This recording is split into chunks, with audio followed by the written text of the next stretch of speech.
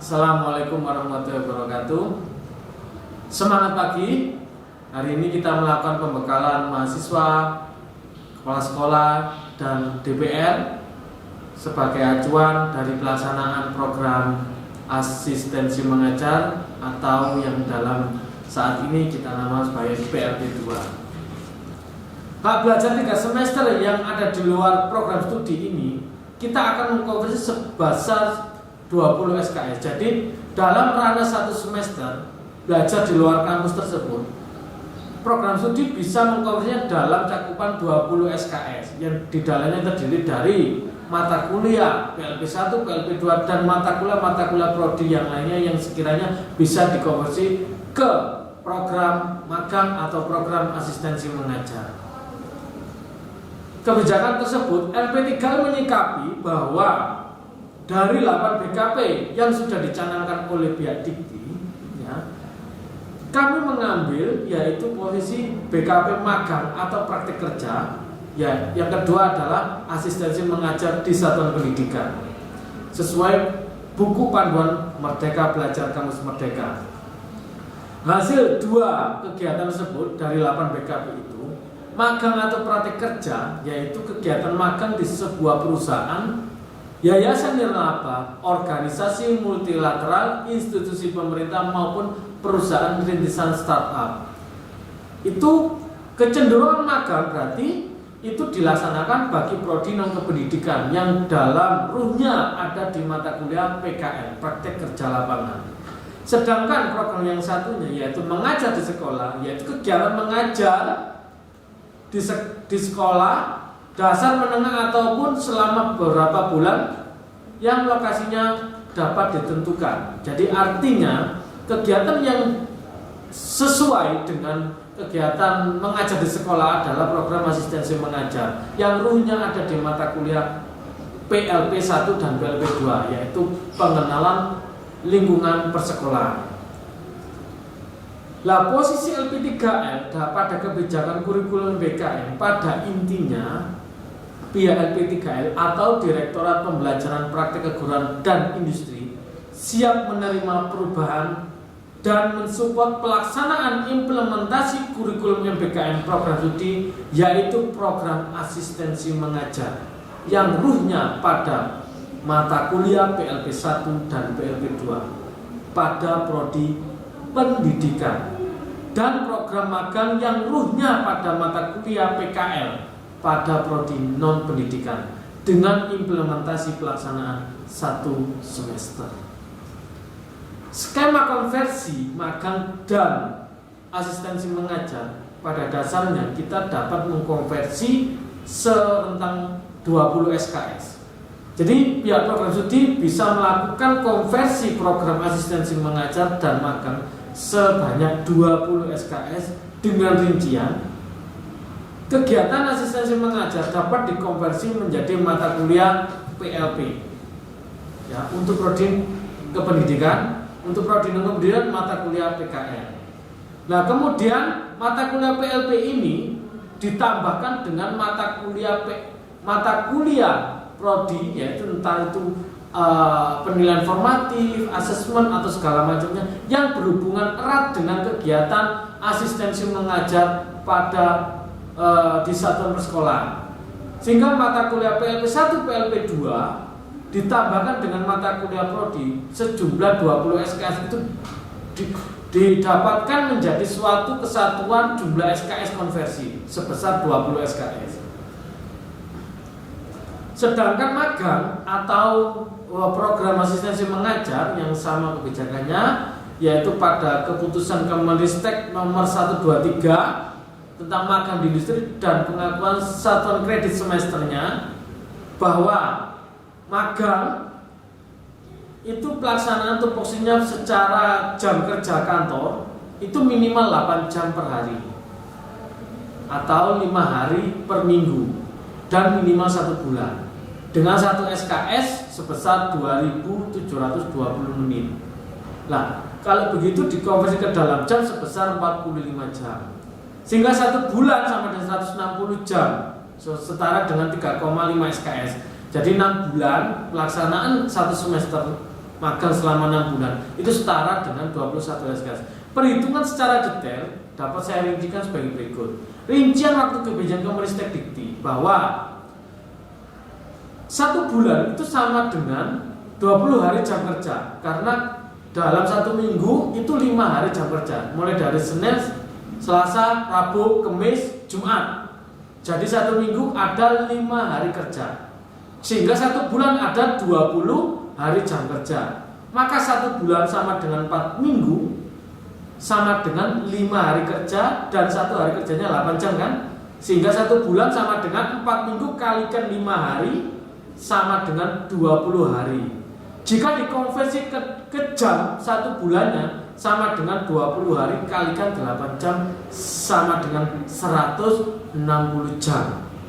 1 bulan berarti ada 160 jam. Jika dikonversi ke SKS, berarti 1 SKS-nya sama dengan 45 jam. Itu kan aturan Kemenristek ya. Sehingga kita pakai rumus perbandingan ya, 1 SKS per Y sama dengan 45 jam per 160 jam, ketemulah Y sama dengan 3,5 SKS. Itu perhitungannya. Jadi 1 bulan setara 3,5 SKS. Nah kalau magang sesuai BK ini dituntut 6 bulan setara berapa SKS? Berarti 6 bulan, berarti 6 kalikan 3,5 SKS setara 21 SKS. Maka kriteria magang di sini dapat setara 20 SKS itu dapat dikonversi dengan mata kuliah PLP 1, PLP 2, dan mata kuliah prodi yang lainnya yang dapat menunjang proses program magang sesuai dengan harapan kementerian. Nah, kenyataannya kita mata kuliah PLP 2, sedangkan 2018 ini kan masa transisi sehingga mengambil PLP 2 saja ya. Itu setara 4 SKS dilaksanakan dalam satu semester. Yang kemarin kita laksanakan PLP 2 hanya sekitar 2 bulan atau 2 bulan setengah, tapi sekarang dilaksanakan selama 1 semester. Efektifnya 1 semester itu kita berjalan selama 4 bulan ya. Jadi mata kuliah PLP dimasukkan dalam program asistensi mengajar selama 1 semester, maka kita akan hitung konversi jamnya ya.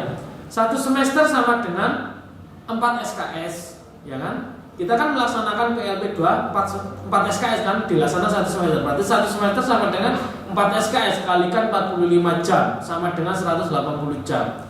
Jadi 1 semester pelaksanaan PLP 2 sama dengan yang 4 bulan tadi. Kita kan melaksanakan PLP 2 4 bulan ini rencananya ya. 1 semester pelaksanaan 4 bulan. Jadi 4 bulan sama dengan 4 dikalikan 20 hari. Ya, 20 hari jam kerja ya, sama dengan 80 hari jam kerja. Sehingga 1 semester sama dengan 80 hari jam kerja, setara dengan 180 jam. Ya. 1 hari sama dengan, kita pakai rumus perbandingan, ya kan? 1 harinya berapa? Ya 180 jam dibagi dengan 80 sama dengan 2,25 jam. Jadi mohon maaf Bapak Ibu Kepala Sekolah, kami berharap pihak sekolah menerima mahasiswa kami tidak secara full time di lingkungan sekolah Bapak Ibu, karena mengingat pelaksanaan 1 semester yang dulu memang dapat dilaksanakan 2,5 bulan ya, pelaksanaan PLP itu full bisa dilakukan. Tapi karena ini pelaksanaan 1 semester, kebijakan itu akhirnya kami hitung lagi konversi SKS di PLP 2, ketemulah 1 hari itu sama dengan 2,25 jam kehadiran mahasiswa di sekolah. Artinya setiap harinya mahasiswa diizinkan di sekolah berada pada rentang waktu estimasinya kurang lebih 2,5 jam, 2 jam setengah. Jadi kegiatannya di sekolah mahasiswa kami yaitu sebagai asisten guru pamong dan artinya sebagai asisten dan juga sebagai teman diskusi, teman bimbingan ya. Artinya mahasiswa kami dibimbing oleh guru pamong sebagai datang ke sekolah untuk bimbingan RPP, bimbingan media atau bimbingan segala yang sekiranya menyangkut pada proses program asistensi mengajar. Nah, kebijakan untuk kehadiran mahasiswa hadir di sekolah sebesar 2,5 jam tersebut, kami berharap Bapak Ibu memaklumi karena posisi sekarang satu semester yang dilaksanakan 4 bulan itu kalau dilakukan secara full time mahasiswa kami akan kelelahan, sehingga kami berharap Bapak Ibu bersedia menerima mahasiswa kami secara part time, artinya tidak full di sekolah. Salah satu alternatif jika memang itu dirasa sangat waktu di sekolah sangat sedikit sekali, alternatifnya mahasiswa kami dijadwalkan piket. Artinya piket hadir di sekolah. Bisa artinya 2,5 jam tadi dirapel. Seminggu ke sekolah hadir 3 hari sekali. Jadi artinya seminggu kehadiran mahasiswa kami 3 hari atau 2 hari. Nah, yang ini memungkinkan untuk bisa melakukan bimbingan secara intens. Jadi mahasiswa A jadi hari Senin Selasa, mahasiswa B hari Rabu Kamis hadir di sekolah, mahasiswa C hari Kamis Jumatnya, dan seterusnya seperti itu. Sehingga yang terjadi adalah agar memudahkan mobilitas mahasiswa dengan pelaksanaan PLP 2 selama 1 semester ini juga melaksanakan program KKN tematik yang sudah diselenggarakan oleh LPPM. Karena KKN sekarang tidak pelaksananya 1 bulan seperti dahulu full time di desa, tidak, tetapi 1 semester juga. Harapan kami juga memberikan keleluasan kepada mahasiswa untuk jeda istirahat, ya, untuk memikirkan PLP 2, kemudian untuk memikirkan program kerja KKN, dan untuk juga memikirkan program skripsi mahasiswa di semester 7. Itu harapan kami. Jadi kami mohon maaf kepada Bapak Ibu Kepala Sekolah kebijakan terbaru ini, karena ini memang tuntutan dari kurikulum Merdeka Belajar, Kampus Merdeka, sehingga kami juga memikirkan juga pelaksanaan secara mental mahasiswa. Karena ini masa transisi perubahan kebijakan, sehingga kami berharap Bapak Ibu Kepala Sekolah memaklumi. Itu harapan kami. Nah, alur program asistensi mengajar PLP 2 2021 kami laksanakan sekitar tanggal 13 September 2021 pelaksanaannya. Jadi terjun di lapangan itu kira-kira tanggal 13 September, dan penjemputan serta pengumpulan video dan praktek sekitar tanggal 31 Desember. Januari sudah mulai entry nilai. Itu harapan kami. Dan kami sertakan juga bahwa pembayaran PLP 2 ini dilakukan melalui ke rekening virtual account BRI. Kami berharap mahasiswa mengingat tidak membayar melalui bank yang lainnya, kami berharap melalui teller BRI. Jadi pembayarannya melalui virtual account BRI. Lah, pendaftarannya alurnya seperti ini. Jadi mahasiswa itu mengisi formulir pendaftaran yang sudah kami sediakan di website plp.unikama.ac.id. Anda mengisi formulir pendaftaran, kemudian menyimpan data pendaftaran, menambah rekod tagihan ke tabel tagihan. Jadi artinya nanti Anda dapat tabel tagihan, lunas atau tidak lunas, itu nanti yang akan sebagai acuan. Kalau tidak lunas berarti kami tidak bisa menzonasi teman-teman mahasiswa. Tapi kalau statusnya lunas berarti data itu sudah masuk ke LP3R. Nah, kemudian untuk gimana sinkronnya? Jadi sinkronnya nanti akan ke CQ, sistem keuangan. Di sana CQ akan memverifikasi bahwa mahasiswa ini lunas atau belum lunas. Nah, kemudian kalau misalkan itu sinkron, berarti jenengan nanti ambil nomor VA, baru cetak bukti pembayaran. Itu. Kalau misalkan tidak sinkron, ulangi lagi. Nah, ulangi lagi sampai kemudian nanti statusnya menjadi lunas, kemudian Anda bisa ngambil nomor VA-nya. Itu yang kami harapkan. Jadi artinya pembayaran tidak dilakukan seperti manual seperti kemarin. Anda bayar dapat kwitansi, bukti kwitansinya diupload, tetapi sekarang kami berusaha untuk menjadi sistem yang lebih stabil dan lebih transparansi. Itu yang kami usungkan. Kemudian untuk ketentuan DPL, mitra sekolah dan mahasiswa, kami sertakan seperti ini. DPL dan mahasiswa, ya, pada ketentuan ini DPL asistensi mengajar PLP 2 ini mungkin adalah DPL pengampu mata kuliah konversi asistensi mengajar. Yang kedua pembimbing skripsinya. Yang ketiga DPL ini juga merupakan DPL juga di DPL KKN. Jadi artinya kalaupun nanti salah satu hibah prodi yang menyertakan program KKNT juga bisa melampirkan DPL di KKN juga menjadi DPL di PLB 2. Karena pada dasarnya DPL kami meminta kepada masing-masing prodi siapakah yang menjadi DPL. Kemudian untuk mitra sekolah kami tentukan menjadi dua, yaitu mitra mandiri dan mitra LP3M. Ini yang harus menjadi catatan saat mendaftar. Jadi para teman-teman mahasiswa dalam melakukan pendaftaran harus memperhatikan baik mitra mandiri dan mitra LP3M. Pasti ada pilihan seperti itu. Mitra mandiri itu mitra siapa? Mitra mandiri itu khusus mahasiswa siapa?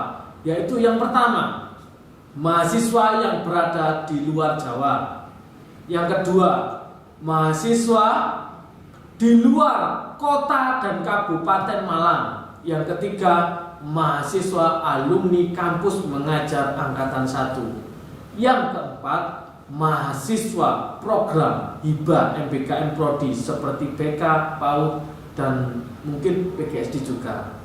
Jadi kami mensupport program implementasi MBKM di setiap prodi. Artinya program hibah MBKM ini, hibah MBKM Prodi tersebut pasti juga akan membuat suatu program tersendiri yang sekiranya itu mencanangkan mitra pribadi dari pihak prodi untuk kesuksesan program yang dijalankan oleh prodi, sehingga tidak semua mahasiswa itu disertakan dalam pelaksanaan PLP 2 yang diselenggarakan oleh P3L, tetapi prodi juga punya kewenangan untuk memilih mitra sendiri. Oleh sebab itu, bagi mahasiswa yang dilibatkan dalam hibah implementasi MBKM Prodi dikhususkan untuk mendaftar di mitra mandiri karena itu mitra dari rekomendasi sekolah prodi ya itu.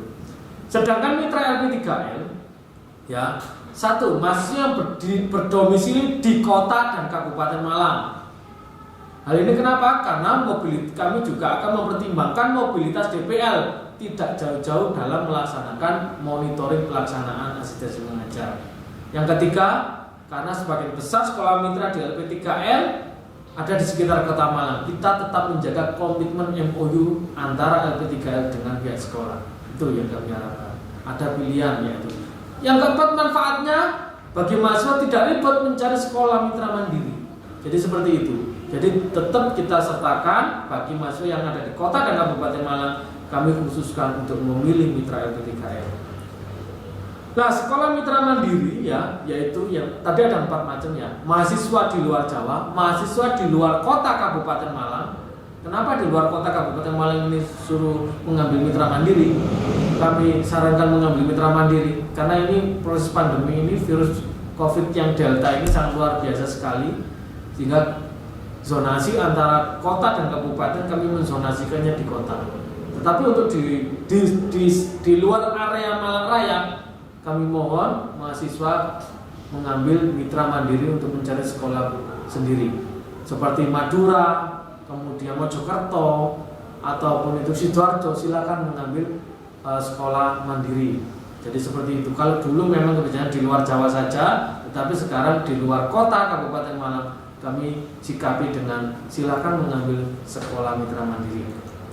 Sedangkan yang ketiga yaitu mahasiswa KM1 atau kampus mengajar 1, ini mahasiswa yang alumni kampus mengajar 1 mengambil mitra mandiri karena mahasiswa kampus mengajar angkatan 1 sudah melakukan pelaksanaan asistensi mengajar yang dalam tanda kutip program kampus mengajar ya.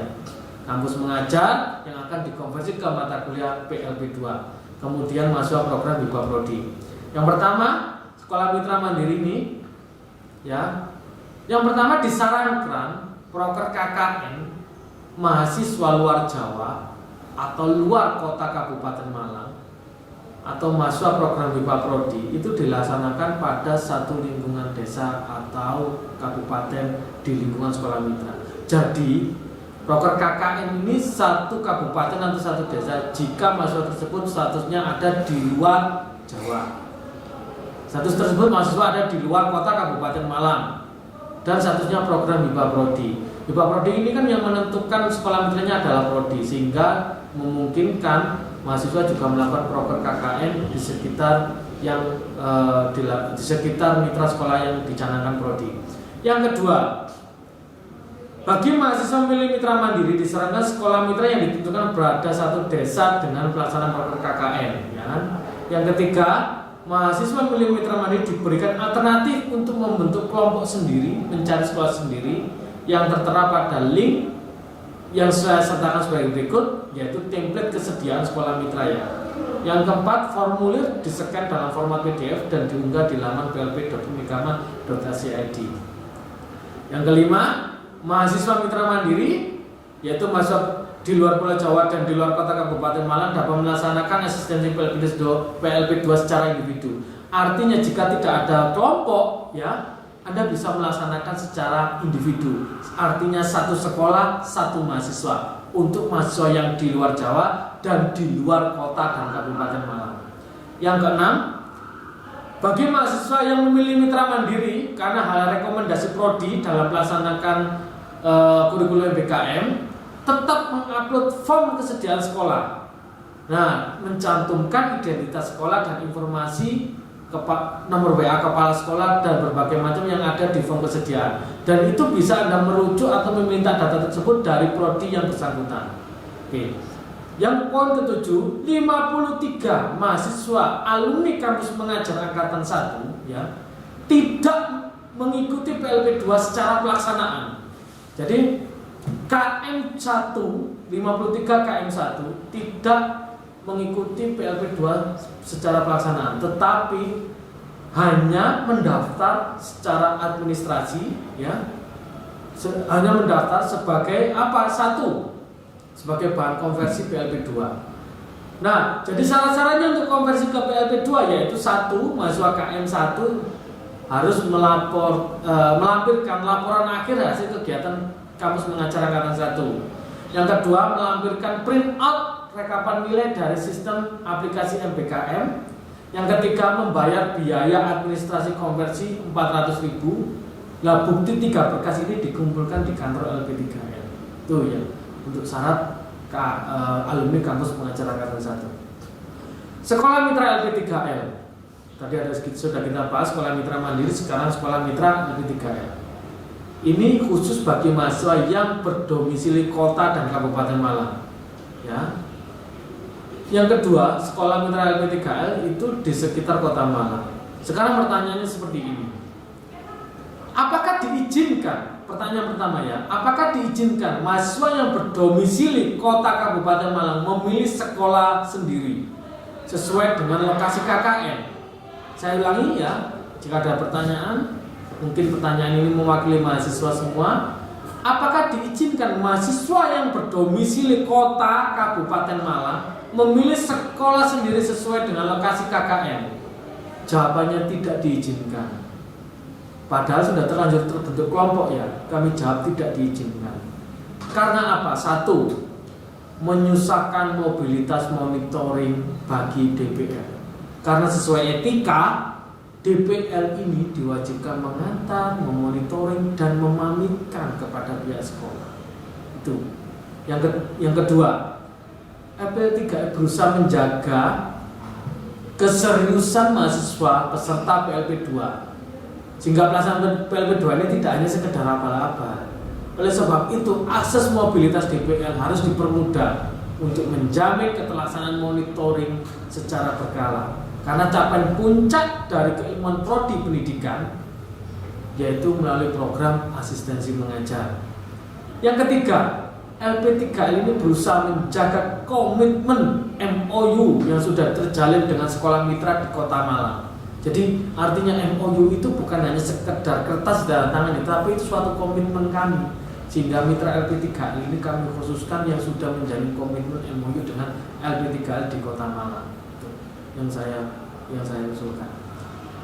Kemudian yang pertanyaan kedua lagi, bagaimana jika mahasiswa yang berdomisili kota Kabupaten Malang jika sudah terlanjur dibentuk KKN, misalnya di Kecamatan Gondang Legia, Kabupaten Malang, sedangkan harus PLP di Kota Malang, bagaimana ini? Nah, jawabannya LP3L berusaha menjamin kepada pihak sekolah.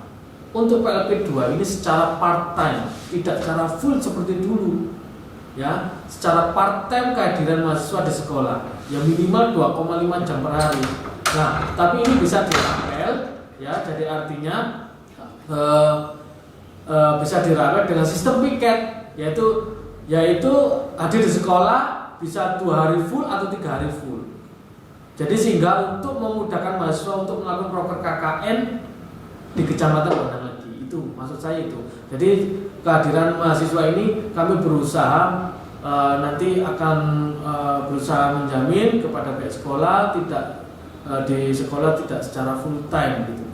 Jadi Anda bisa melakukan kehadirannya sistem piket. Ya. Jadi untuk 1 semester itu mahasiswa ngapain? Nah, secara pelaksanaan untuk 1 semester itu kan 16 minggu.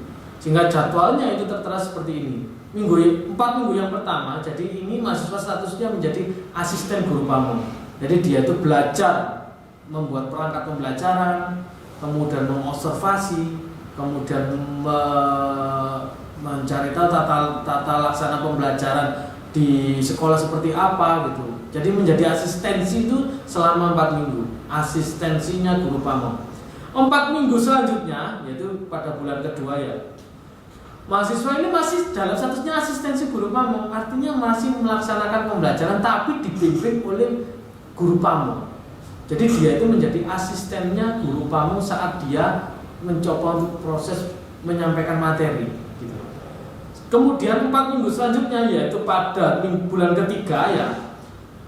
Nah ini mahasiswa mulai mencoba untuk memposisikan diri sebagai seorang guru. Jadi artinya masih simulasi di hadapan guru pamong, bukan di hadapan siswa, di hadapan guru pamong. Jadi dia itu artinya mensimulasikan dirinya, ya, mengkoreksi tentang materinya atau segala macamnya, itu masih simulasi menjadi guru. Baru minggu yang terakhir, mohon maaf, di bulan terakhir ya, bulan keempat. Nah ini kegiatan evaluasi dalam pelaporan sistem mengajar ini sudah mulai ada seperti mahasiswa ini sudah mulai menjadi seakan-akan seorang guru. Jadi di bulan-bulan terakhir ini 2 minggu bulan terakhir mahasiswa sudah mulai mengajar secara mandiri, kemudian nanti juga akan ditugaskan oleh guru pamong menjadi guru sesungguhnya. Setelah itu akan dinilai. Nah, dan juga akan membuat keluaran berupa video pembelajaran tadi yang sekiranya nanti akan diupload di link yang sudah dibuat oleh LP3L. Nah, luaran asistensi mengajar ya, bagi mahasiswa mitra LP3L itu luarannya RPP video pembelajaran dan laporan kegiatan mahasiswa. Ya, bagi mahasiswa mitra LP3L. Tapi bagi mahasiswa alumni kampus mengajar angkatan 1, luarannya itu 3 juga.